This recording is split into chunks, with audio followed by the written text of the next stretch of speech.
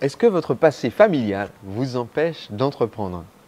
Au cours des dernières années, j'ai eu la chance, en fondant le mouvement des entrepreneurs libres, d'accompagner 15 000 clients entrepreneurs dans 35 pays et de constater un point commun à beaucoup d'entre eux. Ce point commun, c'est qu'un des gros obstacles qu'ils rencontraient face à leur projet, ce n'était pas des peurs qui venaient d'eux-mêmes, c'était des peurs transmises par leur famille.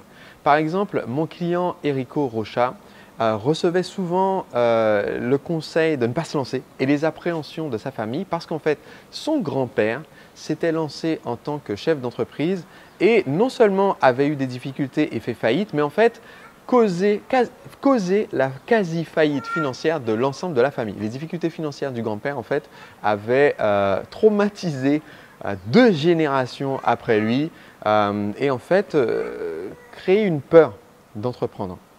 Et s'il y a quelque chose qui est ressorti d'une étude très intéressante d'un primatologue, George Stephenson, dans les années 60, c'est que même les singes sont capables de se transmettre l'un à l'autre une peur. C'est-à-dire que si vous prenez un singe, donc, dans son expérience, on enseigne à un singe qu'un objet, ça peut être un serpent en plastique, ça peut être un gobelet, qu'un objet est dangereux. On lui fait peur en fait au moment où il s'approche de l'objet, on lui fait peur d'un coup et on le fait de plusieurs fois jusqu'à ce que le singe ait peur de cet objet. Et en fait, si on met ce singe dans une cage avec un autre singe en présence de l'objet, il enseigne à l'autre singe, attention, ceci est dangereux.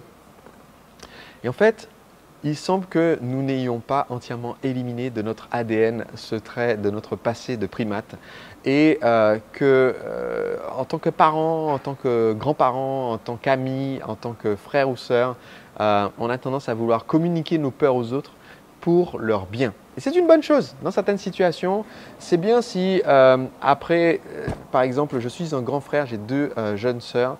Bon ben voilà, quand j'étais enfant, j'ai testé qu'est-ce que ça donne de mettre une épingle à cheveux dans une prise électrique. Après cette expérience mémorable, j'ai retenu que c'était une bonne chose d'enseigner à mes 2 petites sœurs de ne pas faire la même expérience. Et dans plein d'aspects de la vie, c'est salvateur que de transmettre nos peurs aux autres. Mais quand il s'agit de la peur d'entreprendre et d'oser et de réaliser nos rêves, ça peut être dangereux. Donc, j'ai 2 conseils à vous donner. Le premier conseil, c'est d'être toujours très attentif quand vous recevez des conseils négatifs, quand vous recevez des conseils vous disant de ne pas y aller, de se demander est-ce que cette personne me donne le conseil par rapport à ma situation ou par rapport à sa situation passée? Est-ce qu'on essaie juste de me transmettre une peur? Et si oui, de remettre en cause ce conseil. Et le deuxième, c'est de se dire ok, est-ce que moi-même je ne suis pas en train de transmettre mes peurs du passé à d'autres? Et une des meilleures façons de connaître vos peurs, c'est de regarder les peurs de vos enfants.